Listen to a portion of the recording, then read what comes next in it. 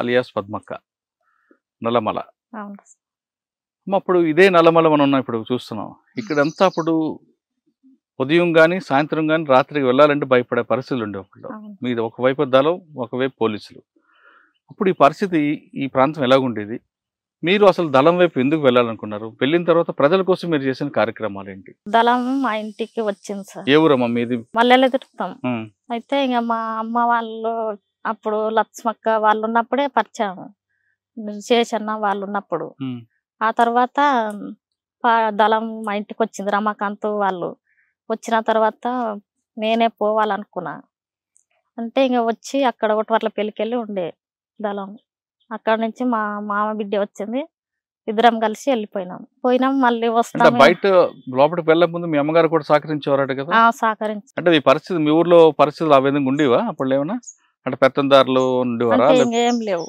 మరి ఎందుకు వెళ్ళారు అప్పుడు? అంటే ఇంకా మాకు ఇష్టం ఉండే, వాళ్ళు అన్నోళ్ళు అంటే ఇష్టం ఉండి పోవాలనేది ఉండేది సార్. అంటే ఇష్టం అంటే ఏ విధంగా? పాటలతో, వాళ్ళ పాటలు, వాళ్ళ మాటలు, ప్రజల్లో వాళ్ళు చేసే టీవీ కార్యక్రమాలు అవన్నీ మంచిగా అనిపించేది సార్.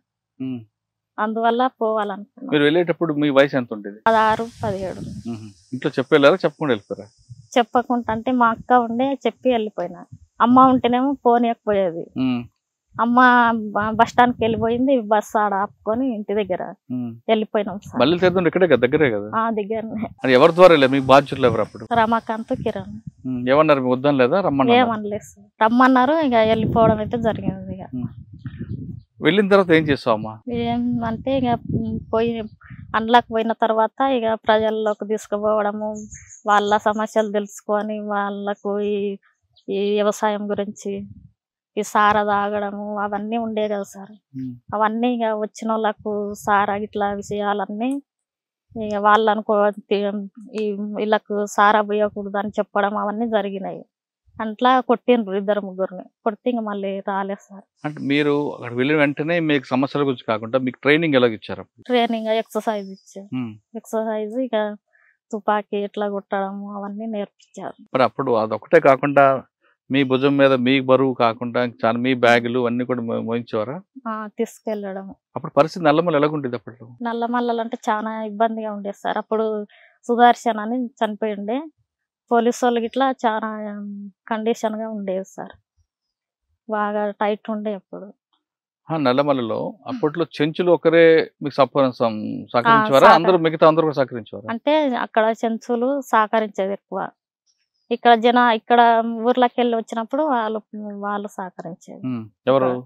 ఈ ఊర్లో ఉన్న జనాలు వచ్చినప్పుడు అన్నం కానీ వాళ్ళు ఇక అన్ని అన్నాళ్ళు అంటే ఇక వాళ్ళకు సహకరించడం అంటే ఇంకా మాకు ఏంది అన్నము ఎవరన్నా వచ్చేది పోయేది అయితే చెప్పడం అయితే జరిగేది. మీటింగ్ పెట్టాలంటే ఇంక అందరు వచ్చేది, మీటింగ్ చెప్పేది, వెళ్ళిపోవడం. పార్టీలు వెళ్ళిన తర్వాత మీరు ఫస్ట్ చేసిన కార్యక్రమం చెప్పండి ప్రజల కోసం. వాళ్ళ చేపల వాళ్ళకైతే అవి అక్కడ చేపల రేట్లు పెంచడము, ఇక్కడ చెంచులకైతేనేమో ఇక ఈ వ్యవసాయం నేర్పడము అవి జరిగినాయి. అంటే ఎక్కడెక్కడ తిరిగావమ్మా నువ్వు పార్టీలో అంతకాలం? ఈ నల్లమల్ల ఇక్కడ ఈ ఏరియా మొత్తం తిరిగాను. ఎక్కడ? సిద్ధాపూర్ తండాలు ఉంటాయి కదా సార్, అక్కడ మా ఇక్కడ మల్లెలు తీర్థం సైడ్ అక్కడైతే తిరిగాం. ఎక్కువ అంటే చేపలకి వెళ్ళి ఈ నల్లమల్లనే ఉండేది ఎక్కువ. అంటే ఉదయం నుంచి రాత్రి వరకు మీ కార్యక్రమం చెప్పు. పొద్దుగాల లేసి ఎక్సర్సైజ్ చేయాలి 6 గంటల వరకు. ఆ తర్వాత ఇంకా రోల్ కాల్ ఉంటే అందరం పోవాలి, చెప్తారు ఈ రోజు ఊరికి అక్కడ వేరే దిక్కు పోవాలి, మీటింగ్ పెట్టాలంటే చెప్పేటోళ్ళు. చెప్తే ఇక అందరం రెడీగా అయ్యి తయారైపోయేది, సాయంత్రం వరకు పోయేటోళ్ళం.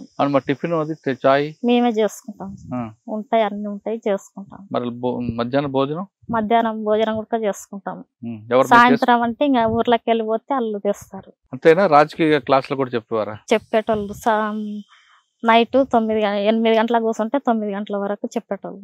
ఎవరెవరు పనిచేశారు మీరు? రమాకాంత్ దగ్గరనే ఎక్కువ ఉన్నాం. నల్లమల్ల అంటే ఒకప్పుడు మావోయిస్ట్ పీపుల్స్ వార్ పార్టీకి కోట ఇది. ఆ కోటలో మీకు ఎలాగుండేది సామ్రాజ్యం? పోలీసులు కూడా రావాలని భయపడిన రోజులు ఇవి ఒకప్పుడు. అవును సార్. మీకు బాగా గుర్తుండిపోయిన సంఘటన చెప్పండి. పోలీసు వాళ్ళు రావడం అనేది జరిగేది. జనాల కాడికి పోయినప్పుడైతే ఇక ఆడ పోలీసు వాళ్ళు ఇక్కడ సిద్ధాపూర్ అది గోరాపూర్ చెరువు దగ్గర ఉండే సార్, అక్కడ క్యాంప్ వచ్చింది. మేము పోయినాం. అక్కడ పోయే వరకు జనాలు ఉండి ఇక్కడ మొత్తం తిరుగుతారు, రావద్దని చెప్పేసారు. ఏదో పని ఉండి పోయినాం. పోయిన తర్వాత ఇక అక్కడ ఫైరింగ్ జరిగింది. ఫైరింగ్ చేసి మళ్ళీ రిటర్న్ వచ్చేసినాం. కానీ ఇంకా లోపలికి రావాలంటేనే అది ఉండే పోలీసు వాళ్ళు అయితే చాలా టైట్ ఉండేది అప్పుడు.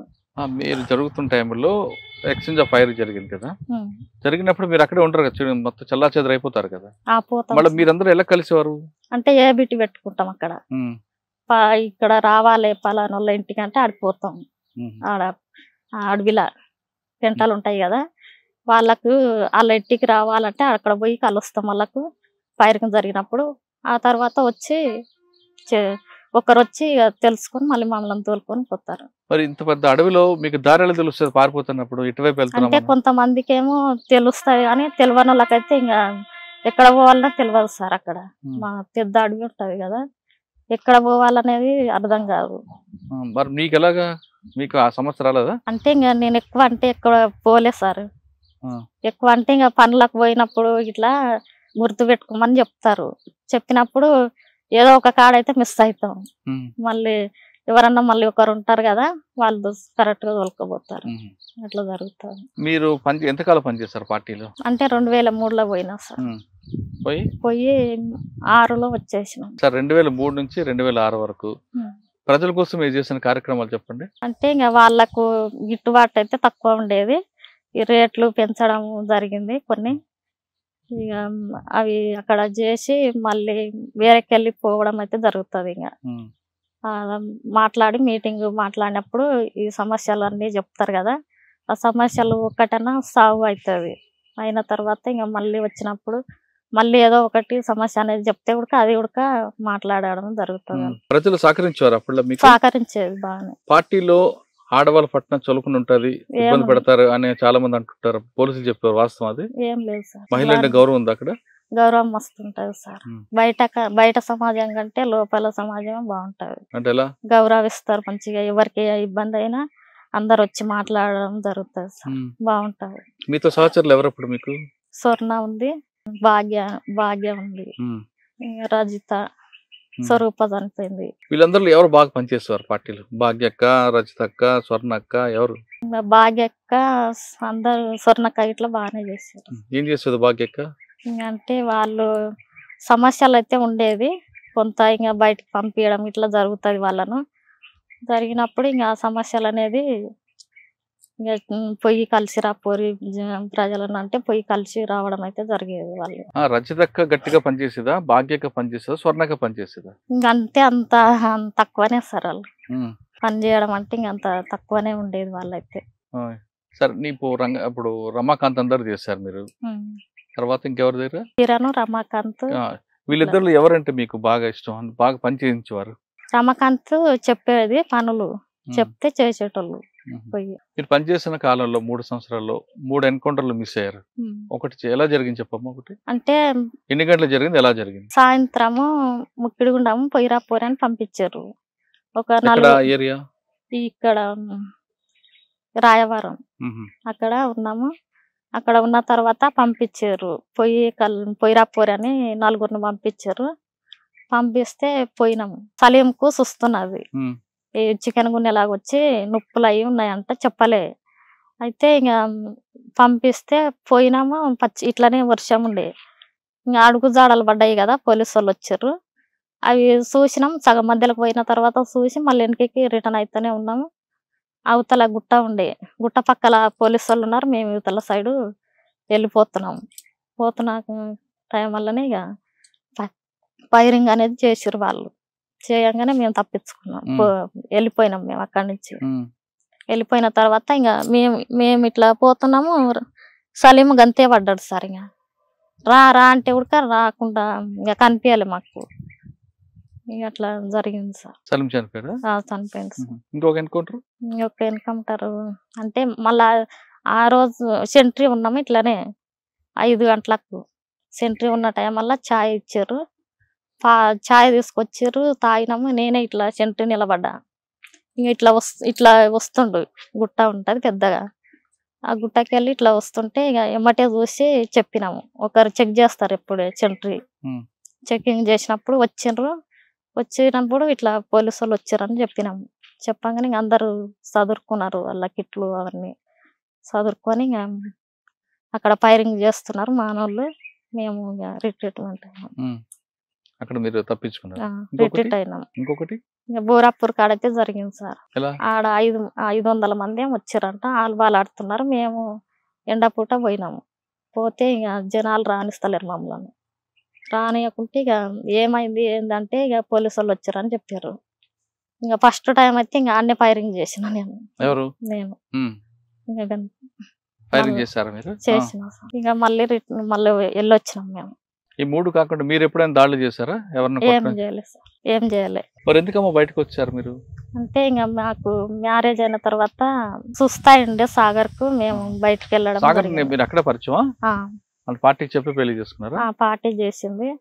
చేసిన తర్వాత బాగా ఆరోగ్యం బాగాలేకుంటే వచ్చేసినాం బయటకి. చెప్పే వచ్చారు పార్టీకి? చెప్పిన. ఏమంది పార్టీ?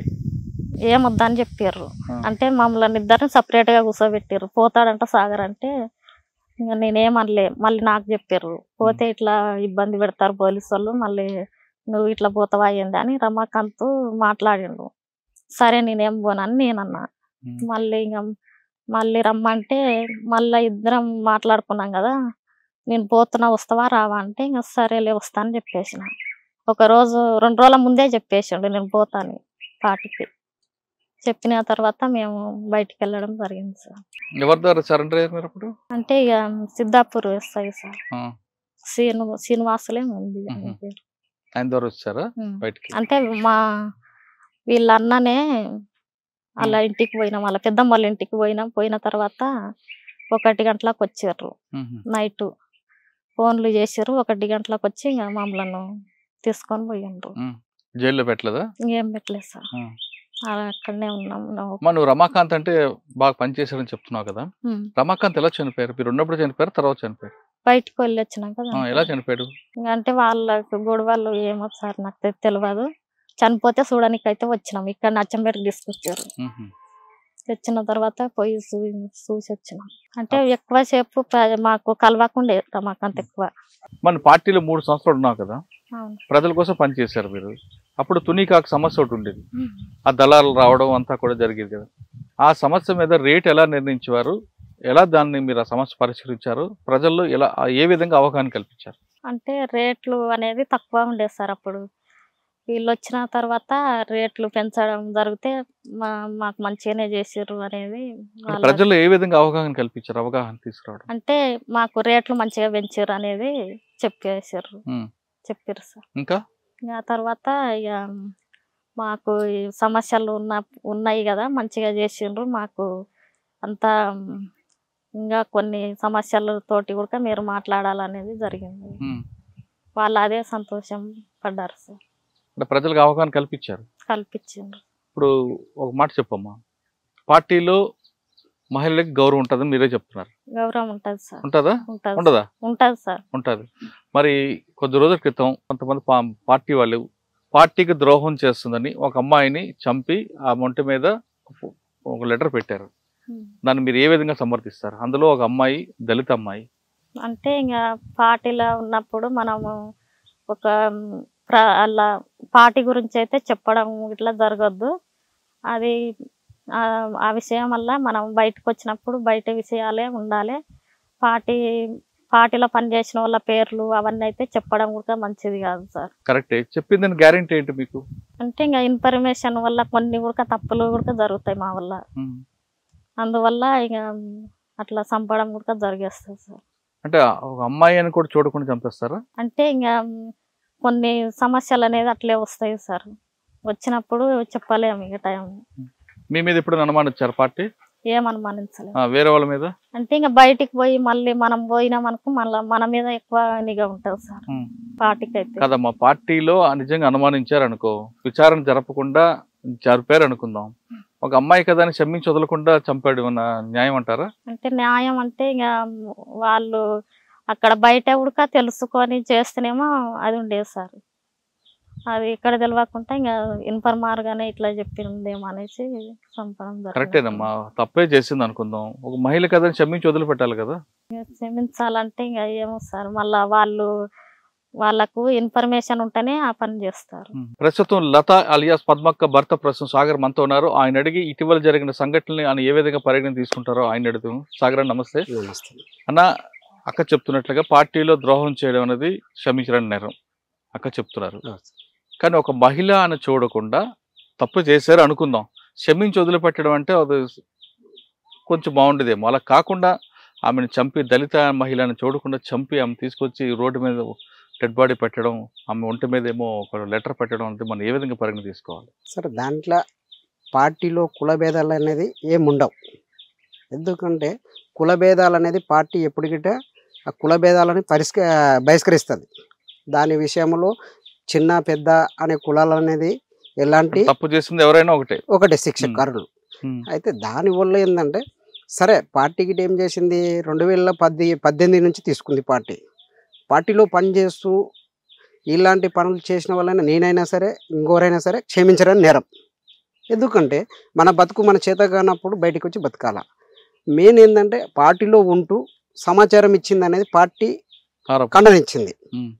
సరే, పార్టీ ఖండించినా కానీ ఒక మహిళగా గౌరవించి సరే తనని శిక్షించి వేరే రకంగా శిక్షించి తనని బయటకు పంపించి వాళ్ళ కుటుంబాన్ని మళ్ళీ ఇంకోసారి ఈ రకంగా చేస్తే బాగుంటుందని చెప్పేసి హెచ్చరించి పంపిస్తే బాగుంటుండే.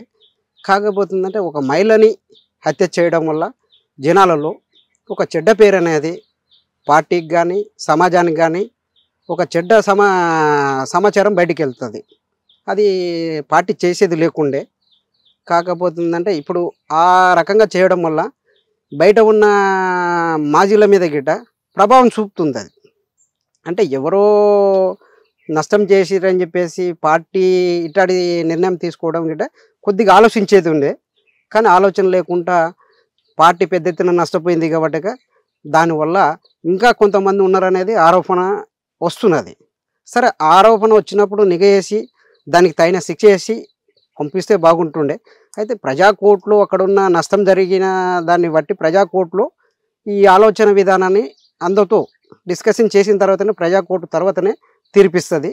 సరే, వాళ్ళు ప్రజాకోర్టు అక్కడున్న కష్టాలకు అక్కడున్న నష్టపోయినందుకు పార్టీ కానీ జనాలు కానీ వాళ్ళు మరి ప్రజాకోర్టులో శిక్షించమని చెప్పారు కాబట్టి మరి దానికి అనుకూలంగా చేసిరా లేకపోతే పార్టీ నష్టపోయిందని కోపతోపాలకు డిస్టర్బ్ అయ్యి కొట్టేసిరా అనేది అక్కడ ఉన్న వాళ్ళకే తెలియాలి. కానీ ఆ విషయము ఏది ఉన్నా కానీ చంపేది లేకుండే చంపడము ఒక చెడ్డ పేరు అనేది పార్టీ మూట కట్టుకుంటుంది. అట్లాంటి ఆలోచన విధానం లేకుండా ఇంకేమైనా ఉంటే వగైరా ఎలాంటి డిసిషన్ అన్నా తీసుకొని పంపించడము కరెక్ట్ అనేది నా ఆలోచన సార్. కరెక్టే, మీరు చెప్పింది బాగానే ఉంది. కానీ అర్జున్ రెడ్డి అన్న ఒక వ్యక్తి బయటకు వచ్చారు, పార్టీ ద్రోహం చేశారండి, పార్టీ అనేది బహిష్కరించింది. అంటే అర్జున్ రెడ్డి కాబట్టి ఆయనకి ఏం మినహాయించారా, లేదంటే ఏమే దళిత మహిళ కాబట్టి ఈమెకి మినహాయింపు లేదా? అంటే అర్జున్ రెడ్డి ఎలాంటి తప్పు చేసిండంటే అలాంటి తప్పు ఉండదు కాబట్టి పర్సనల్ విషయం తప్పు చేసిండు కాబట్టి బహిష్కరించింది పార్టీ. మెయిన్ ఏంటంటే అక్కడ పర్సనల్ విషయాలు ఏమైనా తప్పు చేస్తే దానికి పార్టీ బహిష్కరిస్తుంది. చెప్పిన తర్వాత మార్చుకోకపోతే దాన్ని బహిష్కరిస్తుంది. అంటే పర్సనల్ విషయం కాదు. ఈ అమ్మాయి చేసిన విషయంలో గమనించవలసిన విషయం ఏంటంటే పర్సనల్ విషయాలు అయితేనేమో వేరే వేరే వగైరా ప్రాబ్లాలు ఉంటాయి, దాన్ని నష్టం కూర్చోదని చెప్పేసి ఎలగొట్టారు. కానీ ఈ అమ్మాయి పార్టీలో ఉంటూ పని చేస్తూ పార్టీ ఆరోపణ ఏంటంటే పార్టీలో ఉంటూ కోవర్టుగా పనిచేస్తుంది. అంటే పార్టీ మెయిన్ నాయకత్వాన్ని దెబ్బ కొట్టింది, దాదాపు ఎన్కౌంటర్లో కారకురాలు ఈమెనే అని చెప్పేసి పార్టీ ఆరోపిస్తుంది. అది ఎంత నిజం అనేది పార్టీలో పనిచేసే వాళ్ళకే తెలుసు. మనము సమాజంలో బతున్నాము, దాన్ని లోతు పోయి మనం ఏమి అంత చెప్పలేము సార్. కానీ ఇప్పుడు పార్టీకి ప్రజలకి మధ్యన గ్యాప్ ఎక్కువ వచ్చింది. పార్టీ వైపు ప్రజలు చాలా దూరం అయిపోయారు. పార్టీకి సానుభూతి పరులు కూడా చాలా కష్టం అవుతున్నారు. ఇటువంటి తరుణంలో ఈ విధంగా మహిళల్ని హింసించి చంపితే ఇంకెవరైనా పార్టీ వైపు వస్తారంటారా? అంటే పార్టీ ఈ ఒక్క వ్యక్తిని చంపడమనో ఇంకో వ్యక్తిని చంపిరనో పార్టీ తప్పుడు నిర్ణయాలు అయితే సాధ్యమైనంత వరకు తీసుకోదు. కాకపోతే పార్టీలో పనిచేసింది కాబట్టి పర్టికులర్ సమాచారం ఉంటేనే చేసిరు అనేది నేను నమ్ముతున్నాను సార్. ఎందుకంటే ఆ విధంగా ఉంటేనే పార్టీలో కేంద్ర రాష్ట్ర కమిటీలు అక్కడ ఉంటాయి కాబట్టి దాని మీద ప్రధానమైన ఎన్కౌంటర్లు జరిగినాయి కాబట్టి పటిష్టమైన పార్టీ భద్రత ఉన్న కాడనే పార్టీ నష్టపోయిందంటే దాన్ని తీవ్రంగా పరిగణించారు కాబట్టి దాన్ని ఒక నేను ఒప్పుకుంటా. కానీ ఇటువంటి సంఘటనలు జరిగితే వచ్చే వాళ్ళు కూడా ఇంకా పార్టీలో రారు కదా, రేపొద్దున మమ్మల్ని కూడా టార్గెట్ చేస్తారని. టార్గెట్ చేయదు పార్టీ కానీ ఇప్పుడు బయటకు వచ్చిన మేమైనా సరే పార్టీకి నష్టం చేస్తే మమ్మల్ని టార్గెట్ చేస్తారు. మేము ఏదో శుద్ధపూతలని చెప్తలేము, వాళ్ళు ఏదో ద్రోహం చేసినామని చెప్తలేము. ఏ ఒక్కరికైనా ఇప్పుడు మీలాంటి వాళ్ళైనా పార్టీకి సహకరించి పార్టీకి ఏమైనా నష్టం చేస్తే తగిన శిక్ష పార్టీ నిర్ణయిస్తుంది. ఓన్గా తీసుకునేది ఏం కాదు, ప్రజాకోర్టులోనే తీసుకుంటుంది పార్టీ. కానీ మీరు కూడా ఒకసారి చెప్పండి, పార్టీలో పనిచేసి వచ్చారు కదా, ఇటువంటి సంఘటన మీకు ఎదురయ్యాయి అక్కడ? నాకైతే ఇంతవరకు ఎదురు కాలేదు సార్. నేను అంటే కొంత విధానం ఏంటంటే మనము చాలా రోజులు ఏపీటీ మిస్ అయితే మటుకు ఖచ్చితంగా గమనిస్తారు. ఎందుకంటే ఎవరు రాష్ట్ర కమిటీ కేంద్ర కమిటీ బయటకు వచ్చినా లోపలికి వచ్చిన తర్వాత కొంత నిఘా అనేది ఉంటుంది.